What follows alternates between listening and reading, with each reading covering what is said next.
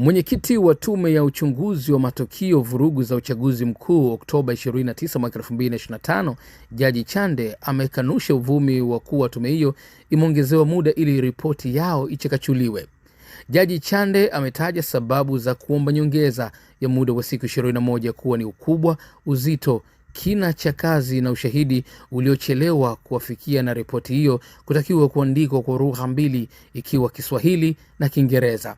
Aidha, Jaji Chande amesema kuwa awali walipanga kufanya uchunguzi katika mikoa 6, lakini wamelazimika kufikia mikoa 12 na kukusanya taarifa. Mfano, kwa nini Arusha kuwe na ghasia kubwa alafu Kilimanjaro zisiwepo, au Zanzibari kuwe shwari lakini Dar es Salaam kuwe na ghasia wakati maeneo hayo yapo karibu.